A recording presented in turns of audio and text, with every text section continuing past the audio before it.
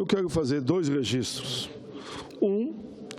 Dizer da nossa satisfação de ter, no dia de ontem, acompanhado e votado em primeiro turno o projeto que atualiza as regras para enquadramento das empresas no Super Simples, ou seja, a legislação tributária simplificada. Iremos concluir no dia de hoje, espero eu, se não tiver nenhuma medida provisória que venha obstruir a pauta. O texto foi aprovado por unanimidade, 65 votos a favor, 24 além do mínimo exigido para o projeto. Aprovado definitivamente, que eu espero que seja hoje, o texto voltará para a decisão final na Câmara dos Deputados. A senadora Marta Suplicy, a grande construtora desse substitutivo ao projeto original do ex-deputado Barbosa Neto, o PLC 125 de 2015, lei complementar. Quero cumprimentar aqui com enorme satisfação a nobre senadora Marta Suplicy, senador Pimentel e todos aqueles que ajudaram na construção deste projeto, que, sem sombra de dúvida, é uma belíssima proposta. Com absoluta certeza, senhora presidenta, as novas regras serão fundamentais para o não fechamento de inúmeras empresas, principalmente as micros e pequenas, para a geração de novos empregos e, consequentemente, na melhoria da renda dos trabalhadores. Quero destacar que o texto, com as devidas mudanças, foi aprovado mediante acordo com as esferas federal, estadual e municipal. Vários senadores apresentaram sugestões e emendas que foram acatadas pela nobre relatora. Eu próprio conversei com inúmeros senadores, conversei também com a senadora Marta, no sentido de que as microcervejarias, que são muito fortes na região sul, Paraná, Santa Catarina e Rio Grande do Sul, vinícolas e destilarias, fossem beneficiadas. Entre as mudanças está a elevação de 3,6 milhões para 4,8 milhões do teto atual da empresa de pequeno porte, EPP, e a ser incluída no programa o teto anterior. O teto anterior era de 14,4 milhões. O pagamento do ICMS e do ISS por fora da guia do Simples Nacional, na parte da receita brutal anual, que exceder, senhora presidenta, 3,6 milhões. Esses impostos são, respectivamente, de competência dos estados e municípios. O número de faixas de faturamento foi reduzido de 20 para 6 faixas.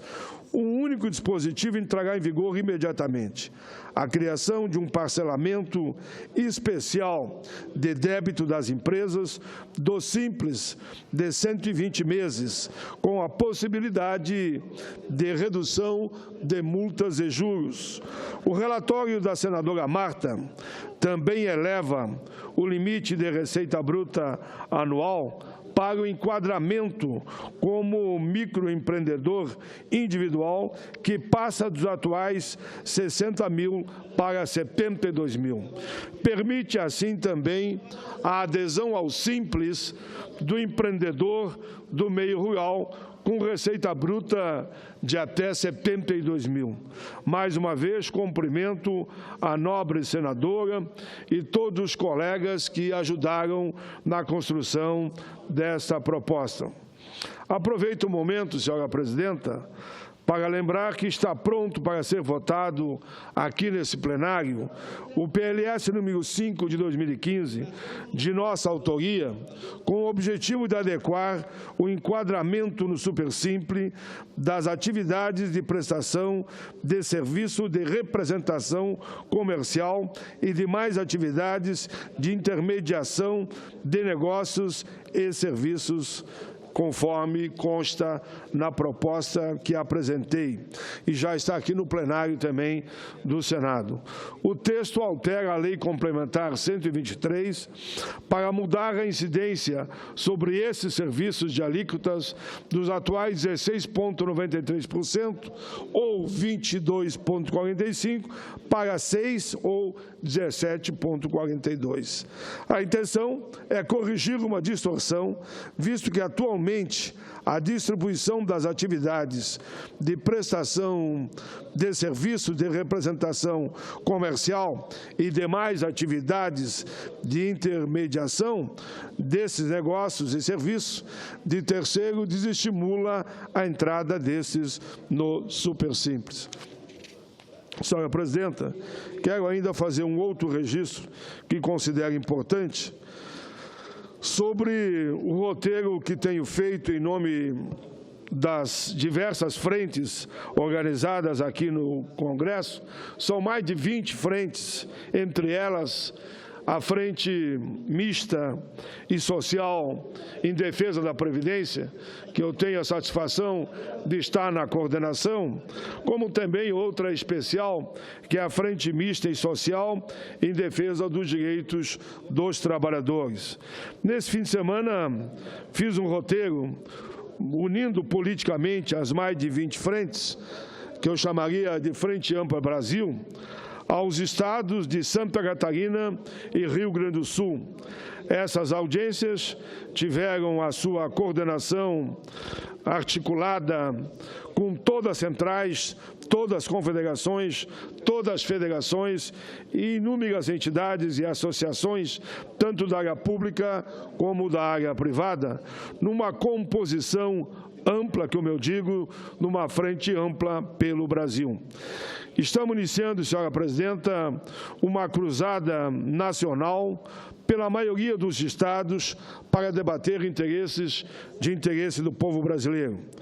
Serão encontros já no mês de julho no estado do Ceará, dia 1º, Alagoas, dia 8, Espírito Santo, dia 11, São Paulo, dia 22. No mês de agosto, no Pará, no dia 5, Goiás, no dia 12, Tocantins, 19 de setembro, Minas Gerais, teremos então, a partir daí, dia 2, Maranhão, 16, em outubro, Rio de Janeiro, dia 7, Mato Grosso, dia 21, Bahia, dia 28, em novembro, teremos Rio Grande do Norte no dia 11. Senhora Presidenta, o primeiro encontro que fizemos a partir da Frente Ampla Brasil foi em Florianópolis, nesta sexta-feira, na Assembleia Legislativa, superlotada. Eu diria, meus parabéns, Santa Catarina, meus parabéns, povo desse belíssimo estado. Foi um momento de muita emoção, de muita força, de muita energia em defesa dos interesses dos trabalhadores, do campo, da cidade, dos servidores públicos.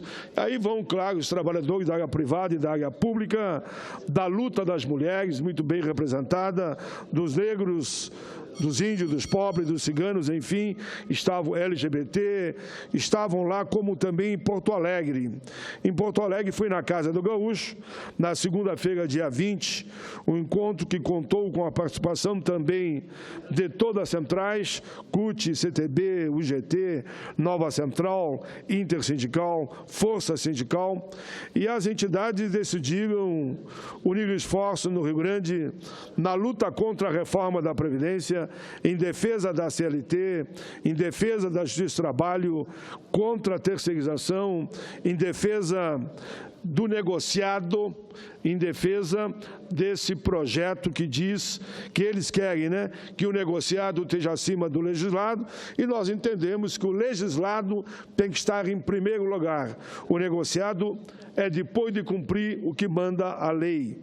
Estavam presentes sindicalistas, juízes, trabalhadores, lideranças do interior do Estado, mais de 1.000, repito, juristas, ministros, como o ex-ministro do Trabalho Miguel Rosseto, diversos deputados estaduais, federais, o ex-prefeito de Porto Alegre, Raul Ponte, o Claudir Nespolo, presidente da CUT-RS, o Amarildo Sensi, diretor do SIMPO Rio Grande do Sul, Sindicato dos Professores do Ensino Privado, e aí estavam lá centenas e centenas de lideranças, mas esses foi que usaram mais a palavra. Entre os representantes de entidades ligadas à Justiça do Trabalho estavam Carmen Gonçalves, representante do Tribunal Regional do Trabalho da 4ª Região, Rodrigo Trindade, vice-presidente da AMATRA, Associação de Magistrados da Justiça do Trabalho da 4ª Região, que ambos fizeram uma bela explanação, mostrando a visão dos magistrados gaúchos e declarando que eles têm lado sim, e que esse lado é o lado da justiça, da liberdade, da igualdade e da democracia. Rodrigo Trindade disse em alto bom som de que, no que depender dos magistrados do trabalho do Rio Grande do Sul, essas reformas não passarão. O evento teve uma exposição do brilhante professor Denis Jimenez, especialista em Previdência Social e doutor em Desenvolvimento Econômico, membro do Instituto de Economia da Unicamp.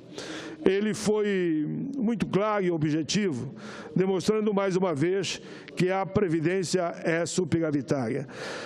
Senhora Presidente, eu quero destacar que, na minha fala, eu abordei alguns pontos. Mostrei que a Previdência não está falida.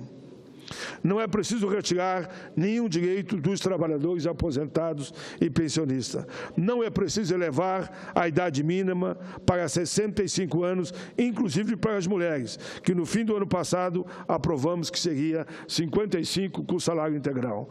Não é preciso retirar o aumento do salário mínimo, inflação mais PIB. Acrescentei algumas saídas para aumentar a receita da Previdência.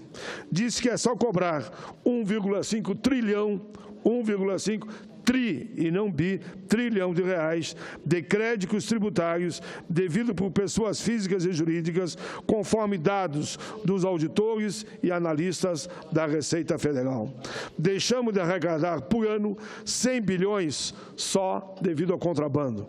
Em 2014, o Brasil perdeu 500 bilhões em reais em tributos sonegados. Em 2015, só no primeiro semestre, foram perdidos 258 bilhões em tributos também sonegados.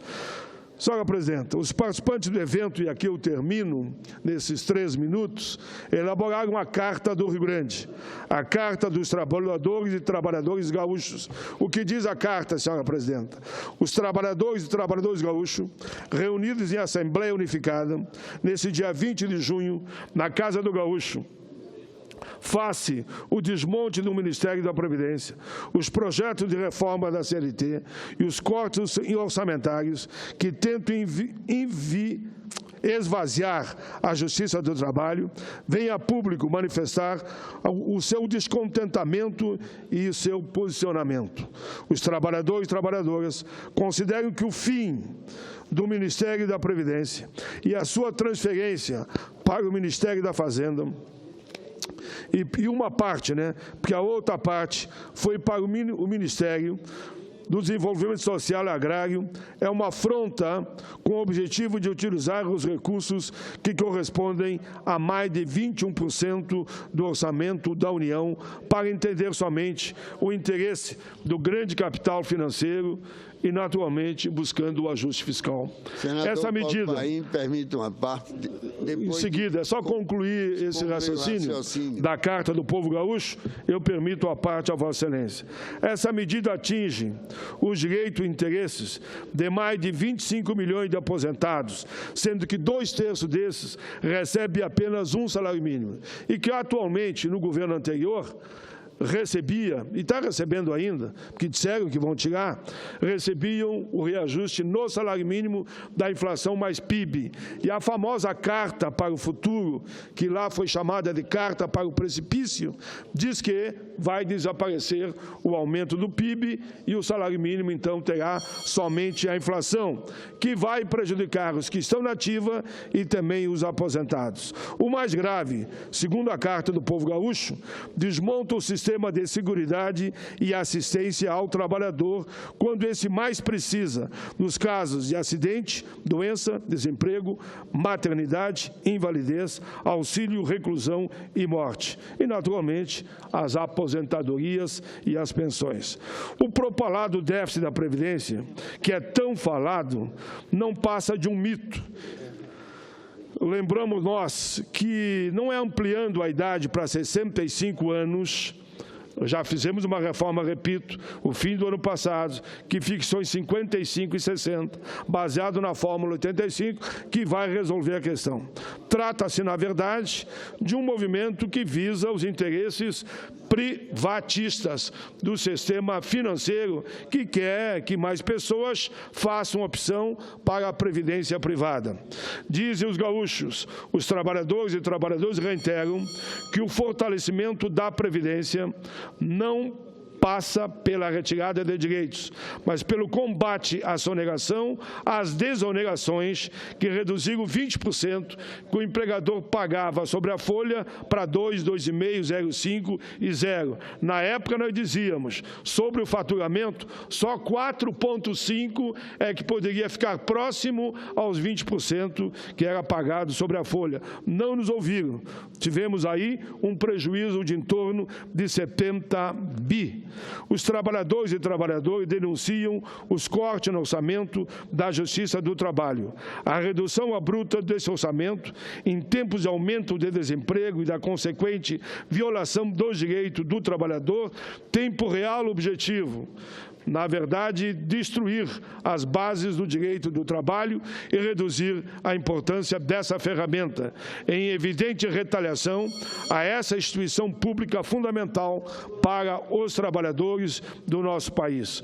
Os trabalhadores e os trabalhadores repudiam os mais de 60 projetos apontados pelo DIAP, que estão no Congresso Nacional, que são contra os interesses dos trabalhadores e das trabalhadoras, e que pretende exaurir o patrimônio historicamente assegurado pela CLT, principalmente através do famigerado projeto de terceirização, que quer terceirizar até a atividade fim, da prevalência do negociado sobre o legislado, como falávamos hoje pela manhã, da regulamentação de trabalho escravo, quando tem que proibir o trabalho escravo, e a própria revogação da NR 12, que vai deixar o trabalhador mais exposto aos acidentes de trabalho. Repetimos que os trabalhadores e trabalhadoras consideram que a atual composição do Congresso carece de legitimidade para alterar direitos historicamente conquistados, que veio da época de Getúlio, passando por João Goulart e até, por que não lembrar, Pasqualini, Brizola, aqueles que são os mentores do trabalhismo. Por isso, convocamos a sociedade a lutar contra essas tentativas de desmonte da Previdência, do desmonte da Seguridade Social, dos direitos dos trabalhadores e da Justiça do Trabalho. Os trabalhadores e as trabalhadoras aprovam aqui, nesse momento, claro, foi na segunda, que vamos realizar assembleias unificadas em todo o estado do Rio Grande do Sul, em parceria com todas as frentes, numa frente ampla Brasil, para debater com a sociedade os temas Previdência, CLT e os direitos dos trabalhadores. 24 de junho, Santa Maria, 29 de julho, Passo Passo Fundo, 19 de agosto, Vale dos Sinos, 26 de agosto, Pelotas, 9 de setembro, Santa Rosa, 23 de setembro, Serra, Caxias do Sul, 21 de outubro, Alegrete. Combater as propostas de reforma da Previdência Pública e Complementar que querem também retirar direito dos trabalhadores, terá com certeza em nós combatentes para que isso não venha a acontecer, em defesa dos trabalhadores e dos aposentados. Lutaremos contra todos os projetos que venham com o objetivo de retirar direito dos trabalhadores, de querer rasgar a CLT, importante instrumento de garantia dos direitos de nossa gente, conquistado através de anos e anos de luta. Repudiamos as propostas, como, por exemplo, negociado acima do legislado. Reafirmamos compromisso de luta contra a terceirização. Lutaremos pela justiça do trabalho e contra os cortes do orçamento. Convocamos trabalhadores e trabalhadoras de toda a sociedade a resistir a essas medidas de precarização de direitos. Devolvam o Ministério da Previdência para os trabalhadores. Tirem as garras dos direitos dos trabalhadores e dos aposentados. Tirem as garras da CLT e da Justiça do Trabalho. Nenhum direito a menos. Essa é a Carta do Povo Gaúcho, que eu li na íntegra, conforme me comprometi, já que coordenei o evento lá na capital do Rio Grande, em Porto Alegre, na Casa do Gaúcho, com mais de dirigentes de todo o Estado. Se Vossa Excelência entender, eu encerrei, que ainda é possível a parte do senador Garibaldi, com certeza eu, de minha parte, concedo. Eu agradeço, senador Paulo Paim. Claro que não vou, em absoluto, contestar a Carta do Povo Gaúcho, que se constituiu, como disse Vossa Excelência, num encontro verdadeiramente histórico. É que nós temos um ponto de vista divergente, apesar de nos respeitarmos muito, claro. O respeito é mútuo, ministro. Quando eu fui ministro da Previdência, eu sempre contei com esse respeito, com essa colaboração, com essa compreensão de Vossa Excelência. Também não vou aqui adiantar propostas sobre reforma da Previdência que ainda não chegaram a essa casa. O que eu queria dizer a Vossa Excelência é que, na verdade, há necessidade, ao meu ver, de uma reforma da Previdência, porque nós divergimos no seguinte aspecto. Vossa Excelência disse que a Previdência não é deficitária.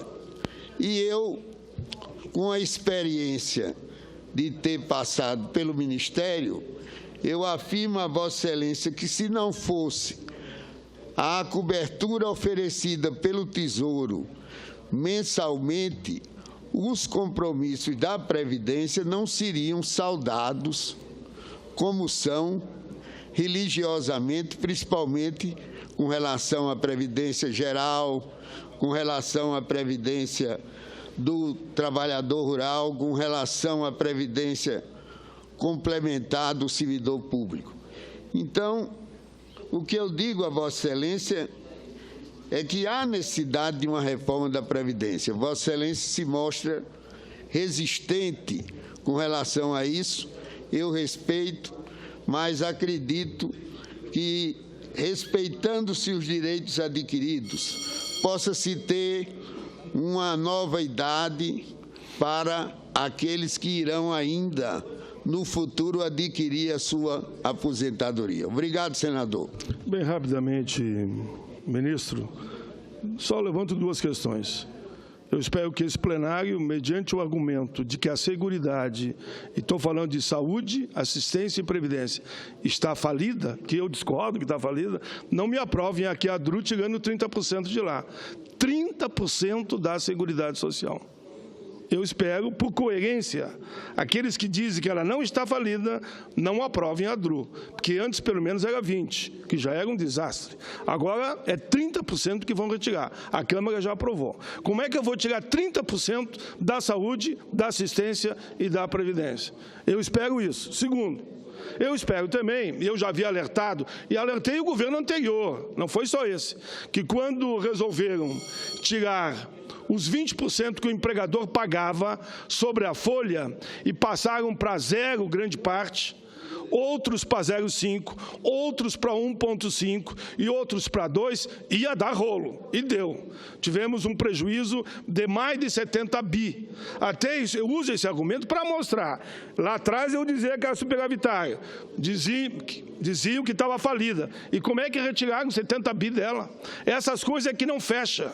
Não tem raciocínio nenhum que feche. Como é que eu tiro 70 bi de uma fonte de recurso que é direto da Previdência, não é nem Seguridade, naquele momento da história? Me lembro que o ministro Levi, logo que assumiu, disse: foi uma irresponsabilidade.